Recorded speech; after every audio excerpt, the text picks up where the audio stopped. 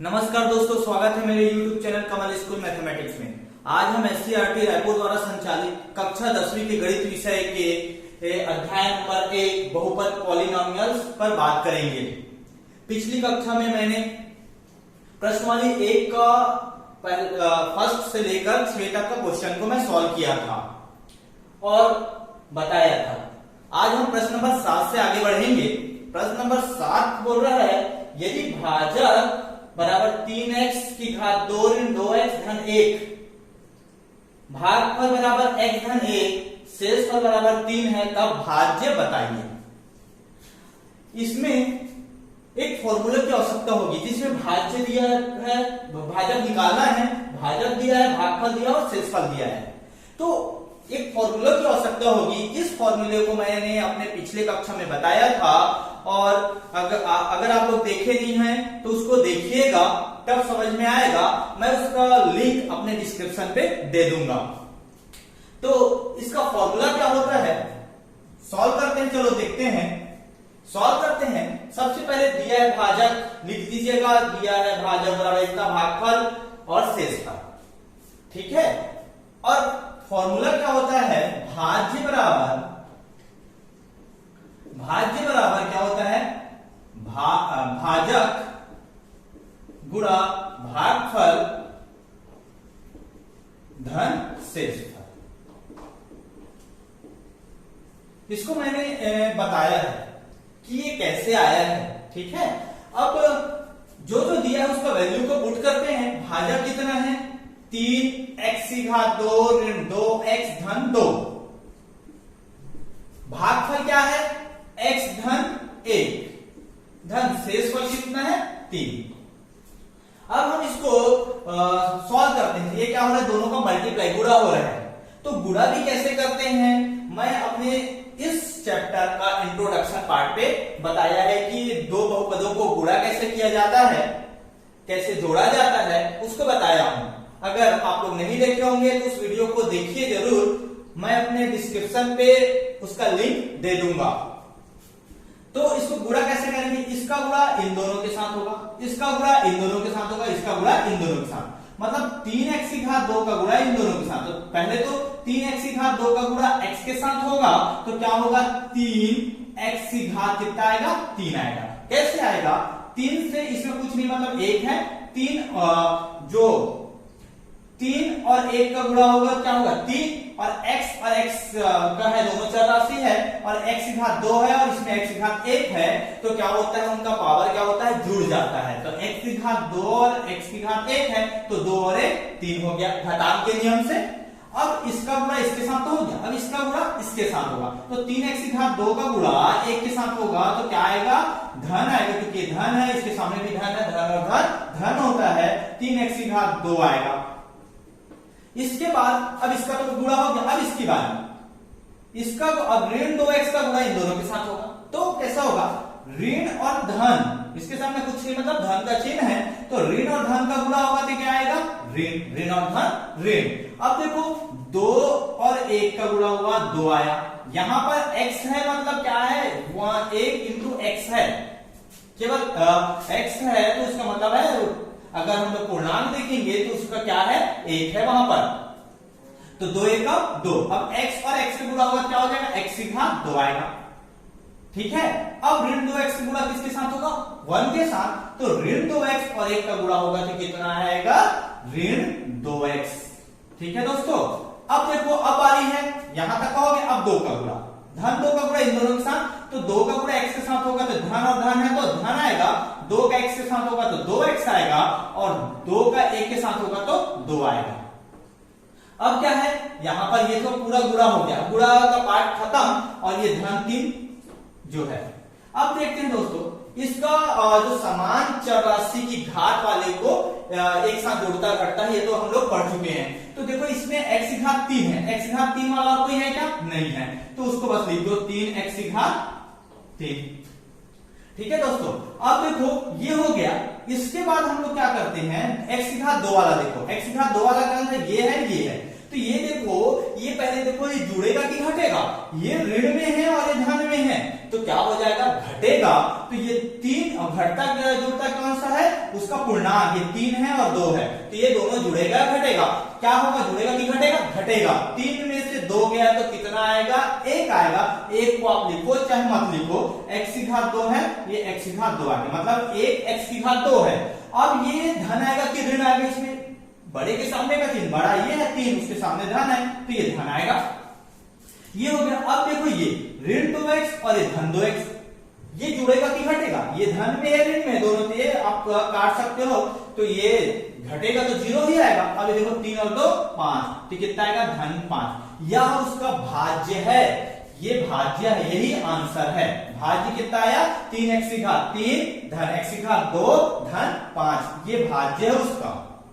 ठीक है दोस्तों, अगर आप लोग इसको चेक करना चाहते हैं कि हमारा उत्तर गलत है कि सही है, तो आप क्या कीजिएगा, ये भाज्य में इस भाजक को ये भाग देके देखिएगा, तो भाग देके देखोगे तो उसका भागफल कितना आएगा, x धन 1 और शेषफल कितना आएगा 3। अगर हम लोग इसमें भाज्य में इस भाजक को भाग देंगे तो आंसर में आना चाहिए भागफल x धन 1 और शेषफल 3। इसको इंग्लिश में भाज्य को बोलते हैं डिविडेंड, भाजक को डिवीजन और भागफल को कोसेंट और शेषफल को रिमाइंडर। क्वेश्चन में दिया रहेगा आप लोग का। ठीक है दोस्तों, ये है प्रश्न नंबर 7 का सॉल्यूशन। अब हम लोग आगे बढ़ते हैं प्रश्न नंबर 8 की ओर। प्रश्न नंबर 8 बोल रहा है, यदि भाजक 4x ऋण 7 भागफल x धन 1 और शेषफल 0 है तो भाज्य बताइए। ये सेम टू सेम प्रश्न नंबर 7 के जैसा है। चलो आइए देखते हैं कैसे सॉल्व होगा। इसका सॉल्यूशन हल क्या है, इसके में क्या फॉर्मूला लगेगा, भाज्य, अभी अभी बताया था मैंने, भाज्य बराबर भाजक गुणा भागफल धन शेषफल। इस तरह के क्वेश्चन में कई बार भाज्य दिया रहेगा, भाजक दिया रहेगा, भागफल दिया रहेगा, तो शेषफल याद कर सकते हैं इसी फॉर्मूले से। अगर भाज्य, भाजक और शेषफल दिया है तो आप क्या याद कर सकते हैं, भागफल। इन चारों में से कोई 3 चीज दिया रहेगा, उससे आप लोग निकाल सकते हैं चौथा को। अब भाज्य बराबर भाज्य निकालते हैं, भाजक कितना दिया है, 4x ऋण 7, भागफल कितना है, x धन 1 और शेषफल कितना है, 0 है। अब वैसे सॉल्व करते हैं, पहले तो गुणा करेंगे, मल्टीप्लाई करेंगे, इसका गुणा इन दोनों के साथ, तो क्या होगा, 4x का गुणा x के साथ होगा, तो 4x गुणा x होगा। अब 4x का चलो एक इसके बढ़ा देते हैं, 4x का गुणा 1 के साथ होगा तो धन 4x गुणा 1। अब ये ऋण 7 का x के साथ होगा तो ऋण 7x धन ऋण 7 का 1 के साथ होगा तो ऋण और धन ऋण आएगा और क्या आ जाएगा 7 और ये धन 0 पहले से। अब इसको सॉल्व करते हैं, कितना हो जाएगा, गुणा होगा तो कितना होगा, 4x की घात 2 धन ये कितना हो जाएगा 4x, ये ऋण 7x और ये तो ऋण 7। ठीक है, अब आगे बढ़ते हैं समान जाति वाले को। देखो ये 4x की घात 2 है, इसका तो नहीं है, ये दोनों ये जुड़ेगा कि घटेगा, ऋण और धन घटेगा, तो 7 में से 4 गया कितना आया 3x और धन में आएगा कि ऋण में आएगा 7, ऋण 7x बड़ा है 4x से तो ऋण आएगा, जो बड़ा है उसके सामने का चिन्ह आता है और ये ऋण 7, यह उसका आंसर होगा। बस ध्यान दीजिएगा कि आंसर लिखते समय कि ये स्टैंडर्ड फॉर्म में होना चाहिए, मानक रूप में होना चाहिए। मानक रूप में क्या होता है, चर राशि की घात बड़ा रहता है सबसे पहले, उसके बाद उससे छोटा छोटा, मतलब डिक्रीजिंग ऑर्डर में रहता है, घटते क्रम में रहता है। तो देखो ये 2 है, फिर 1 है, उसका 0 है। ठीक है दोस्तों, यह उसका आंसर हुआ प्रश्न नंबर 8 का। अब आगे बढ़ते हैं हम लोग प्रश्न नंबर 9 की ओर। प्रश्न नंबर 9 बोल रहा है, सिद्ध कीजिए कि बहुपद 4x की घात 3 धन 3x की घात 2 धन 2x ऋण 9 को x ऋण 1 से भाग करने पर शेषफल 0 है। मतलब हमको क्या करना है, x - 1 से इसको डिवाइड करना है और उसका रिमाइंडर कितना लाना है, 0 लाना है। ये प्रूव करना है। इसमें बोला है कि उसका शेषफल कितना आना चाहिए, 0 आना चाहिए। चलो सॉल्व करते हैं, हम लोग भाग देते हैं। x ऋण 1 को भाग देंगे, मतलब x ऋण 1 से भाग देंगे किसको, 4x की घात 3 धन 3x की घात 2 धन 2x ऋण 9। सबसे पहले तो हमारा काम क्या है कि इसको स्टैंडर्ड फॉर्म में या मानक रूप में है कि नहीं देखने का। मानक रूप मतलब उसको घटते क्रम में, पहला स्टेप वही होता है। तो क्या है देखो, 4x की घात 3, 3 बड़ा है, फिर 2, फिर 1, फिर 0, मतलब उसका घात घटते क्रम में है, मतलब ठीक है, सही है। ये भी घात घटते क्रम में है, मतलब हमको और इसको करने की जरूरत है, हम सीधा भाग देते हैं। अगर एक घटते क्रम में नहीं रहता तो हम उसको क्या करते हैं, घटते क्रम में लिखते हैं, डिक्रीजिंग ऑर्डर में। अब इसमें दो ही स्टेप बताए हम इसको सॉल्व करने का। कैसे? इसका पहला पद भाज्य का पहला पद और भाजक का पहला पद का ही काम रहता है। तो भाज्य का पहला पद क्या है, 4x की घात 3, उसमें किसको भाग देना है, भाजक के पहले पद को, मतलब क्या है, x को। जब इसको भाग दोगे तो कितना आएगा, ये देखो 4 आएगा, 4, और ये x की घात 3 में x को भाग दोगे कितना आएगा, x की घात 2। अब ये कैसे आता है, हम लोग इसके ऊपर बहुत बात कर चुके हैं कि x की घात 3 में x को भाग दोगे तो x की घात 2 कैसे आएगा। कैसे आता है, घटांक के नियम से ही आप लोग कर सकते हो कि घटांक का नियम क्या बोलता है, अगर दोनों में समान चर राशि है, जैसे x है और बीच में भाग हो रहा है, तो उसका घात क्या हो जाएगा, घट जाएगा। तो 3 में से 1 गया, कितना आया, 2 आया। अब गुणा में क्या होता है, उसका घात जुड़ता है, बस इतना याद रखना है। तो कितना आया, 4x की घात 2, तो ये आ गया 4x की घात 2। अब जो आता है, जो हम लोग भाग देने से जो आंसर आता है, उसको क्या करते हैं, हम लोग भाजक के साथ गुणा करते हैं। 4x की घात 2 का गुणा किससे करेंगे, x ऋण 1 के साथ। तो क्या होगा, 4x की घात 2 को x के साथ गुणा करोगे तो 4 एकम 4, और x की घात कितना आ जाएगा, 3 आ जाएगा, और 1 के साथ करोगे तो ऋण और धन ऋण कितना आएगा, 4x की घात 2 गुणा करेंगे तो यही आएगा।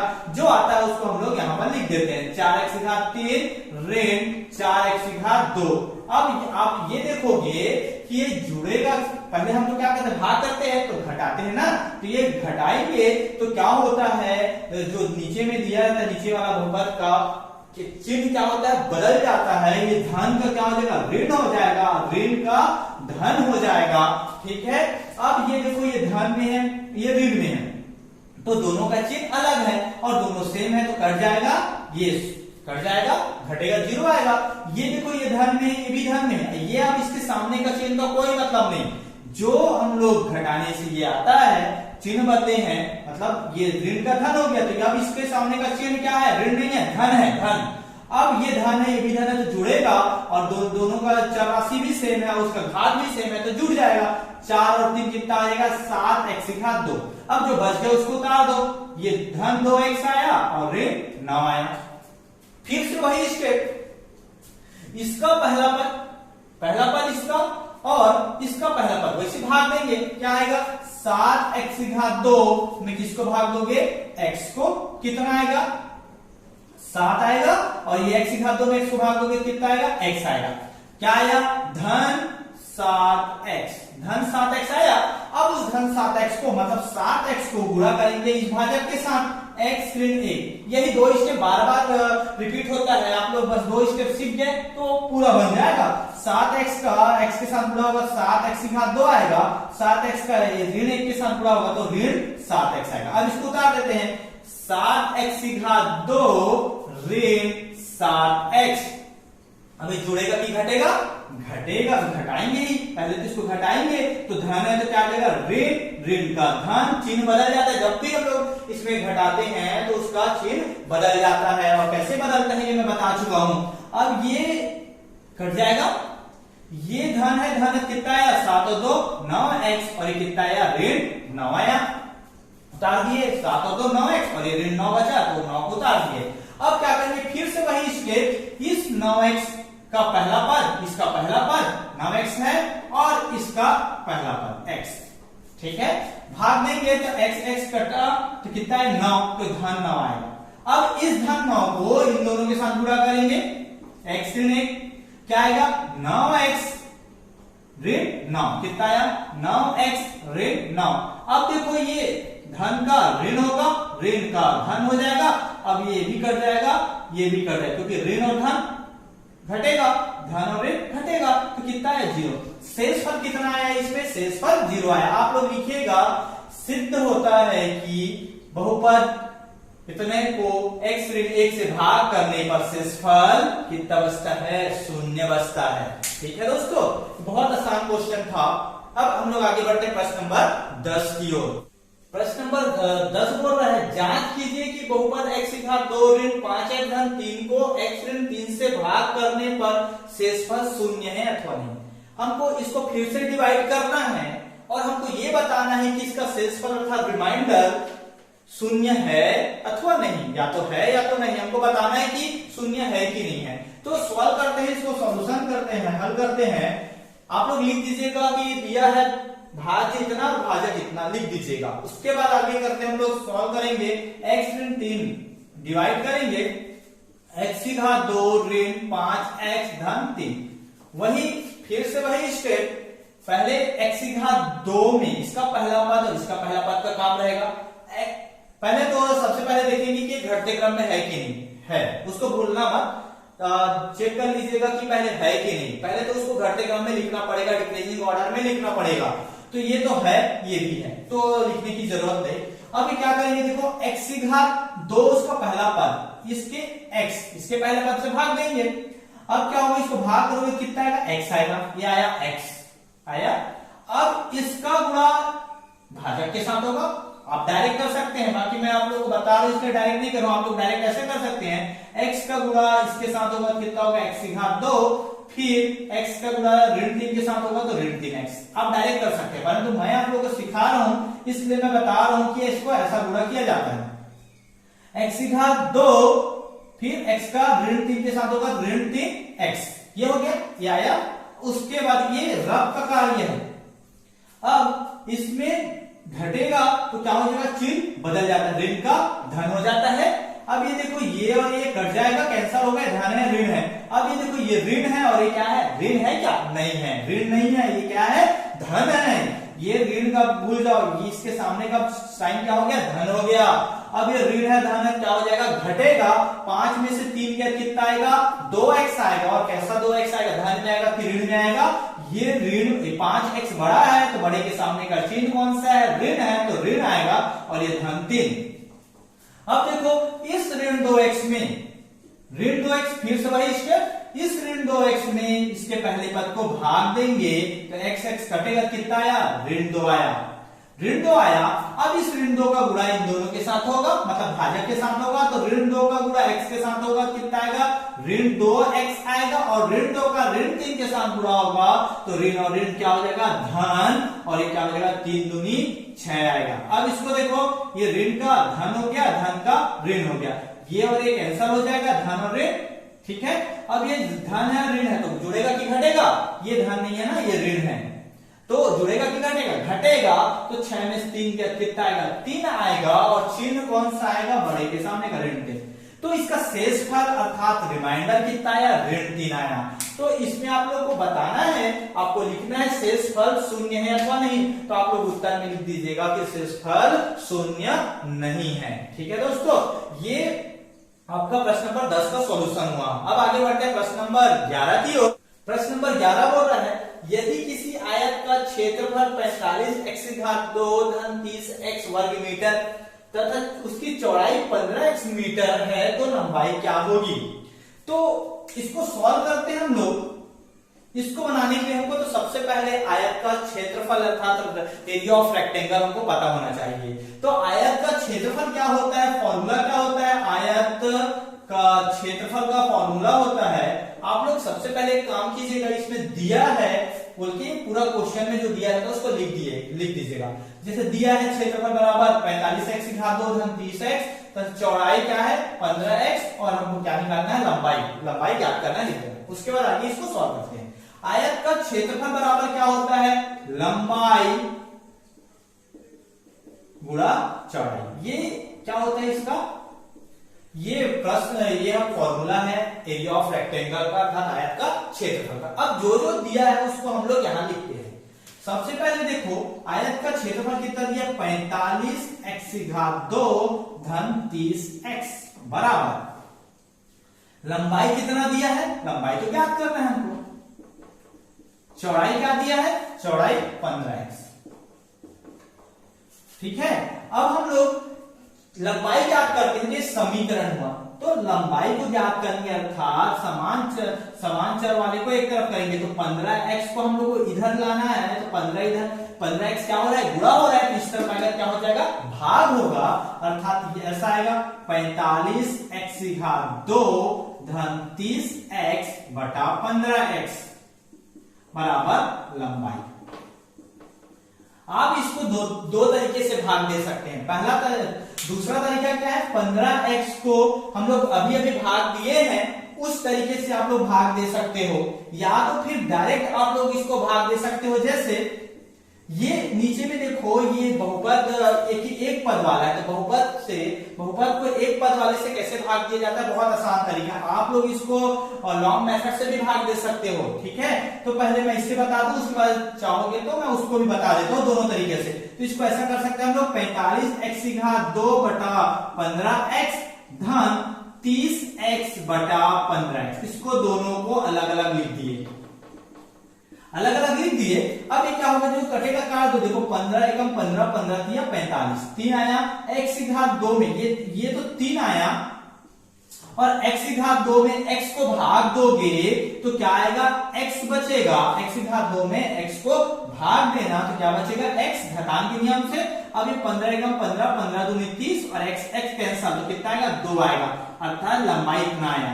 तो लंबाई बराबर कितना आया, आप लोग लिख दीजिएगा, लंबाई बराबर कितना आया, 3x धन 2 मीटर, ये मीटर में है, चौड़ाई किसमें दिया है, मीटर में दिया है, 1 मीटर, तो ये मीटर आएगा, लंबाई 3x धन 2 मीटर, यह इसका आंसर है। देखो ये तो एक भाग दिया, इस तरीके से भाग दिया। मैं एक और तरीका जो भाग देना भी बताया हूं मैं, उसको कैसे भाग दे सकते हो आप, इस तरीके से भाग दे सकते हो, या तो ऐसा 15x, इसमें भाग देंगे किसको हम लोग, 45x⁻2 धन 30x, ठीक है। अब इसको भाग देंगे कैसे, इसका पहला पद, भाज्य का पहला पद क्या है, 45x⁻2, और भाज्य का पहला पद 15x, तो ये 15 एकम 15, 15 तिया 45, x⁻2 में x को भाग दोगे कितना आएगा, x 3x आएगा, तो यहां पर कितना आया, 3x। अब 3x का गुणा, जो भाग देने से जो बचता है उसका गुणा किससे करते हैं, भाजक के साथ, तो भाजक के साथ करोगे तो कितना आएगा, 15 तिया 45 x⁻2 आएगा। अब देखो ये घटेगा तो कट जाएगा, 0 आएगा, कट जाएगा ना, ये कट जाएगा। अब जो बचा उसको था तो 30x, अब वैसे ही करेंगे, 30x में इसको 30x बटा क्या आएगा, 15x, तो 15 दूनी 30, x कटा तो कितना आया, धन 2। अब इस 2 को गुणा इससे करेंगे, तो 2 15 गुणा 15x करोगे, 15 दूनी 30x, ये क्या माइनस होगा, कट जाएगा, तो क्या बचा इसका, जो उत्तर आया भागफल कितना है, 3x धन 2, यही उसका क्या है, भाग दोगे तो आएगा 3x धन 2, वही तो उसका लंबाई है, आया। तो आप लोग इस तरीके से बना सकते हो, या तो इस तरीके से भाग देकर बना सकते हो, कोई भी तरीके से आप बनाओ जो आपको इजी लगे। इस तरीके से कब उपयोग करना है, जब भाजक एक पद वाला हो ना, जैसे 15x, अगर 2 पद आया तो इस तरीके से नहीं बनेगा, बनेगा इस तरीके से। तो आप कोई भी तरीका का इस्तेमाल कर सकते हैं, ठीक है दोस्तों। अब आगे बढ़ते हैं आखिरी क्वेश्चन नंबर 12 की ओर। प्रश्न नंबर 12 बोल रहा है, 28x इकाई लंबाई का एक रेखाखंड AB है। AB एक रेखाखंड है जिसे 2 बराबर भागों में बांटना है, तब प्रत्येक भाग की लंबाई क्या होगी। तो इसको कैसे सॉल्व होगा, बहुत बहुत आसान है।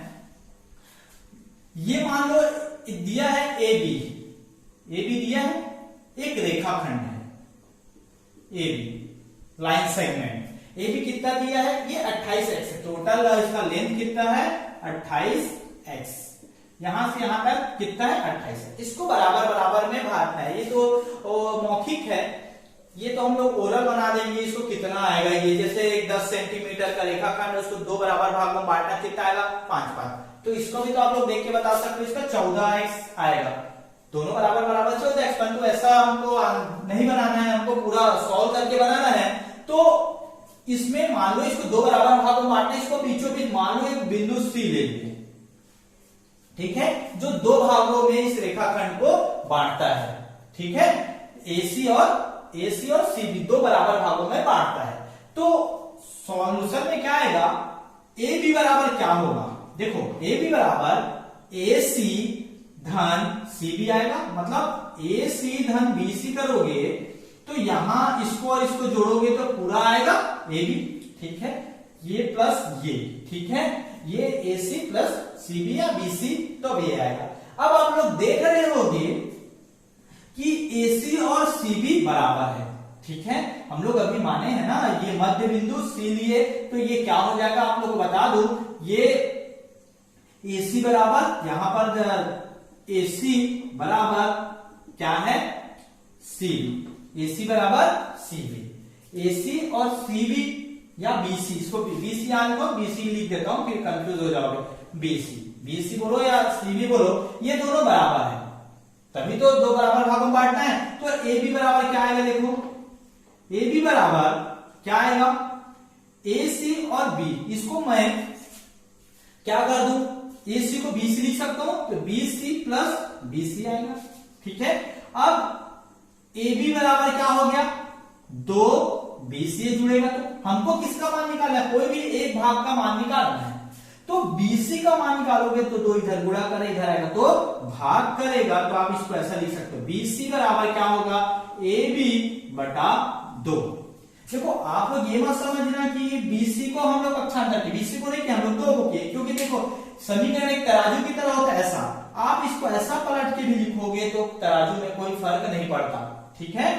अब ए बी का मान कितना दिया है, 28 एक्स है बटा दो, दो से भागोगे तो 14 आएगा, 14 एक्स, तो बीसी का मान कितना है यहां, बीसी बराबर आया 14 एक्स, ठीक है, यही उसका आंसर है, बीसी 14 है तो एसी भी कितना आएगा 14, तो एसी बराबर कितना आएगा 14x, मतलब बीसी और एसी दोनों कितना है 14x। तो आप लोग लिख सकते हो, दो बराबर भागों में बांटना है तब प्रत्येक भाग की लंबाई क्या होगा 14x, यही इसका आंसर है, बहुत आसान है इसका सॉल्यूशन। आई होप आप लोग को समझ में आया होगा पूरा क्वेश्चन, ये प्रश्न वाली एक कंप्लीट होता है। अब हम लोग नेक्स्ट क्लास में प्रश्न वाली दो की ओर दो को बताऊंगा, मतलब नेक्स्ट क्लास में हम प्रश्न वाली दो को सॉल्व करेंगे। अगर आप लोग को मेरा वीडियो अच्छा लगा होगा तो लाइक कीजिए, शेयर कीजिए और अपने दोस्तों तक पहुंचाइए। साथ में अगर मेरे चैनल को अभी तक सब्सक्राइब नहीं किया हो तो सब्सक्राइब कीजिए और बेल आइकन को दबा दीजिए, जिससे मैं जब भी नया लेक्चर बना के वीडियो बनाऊं तो आप लोग के नोटिफिकेशन तक पहुंच सके। धन्यवाद।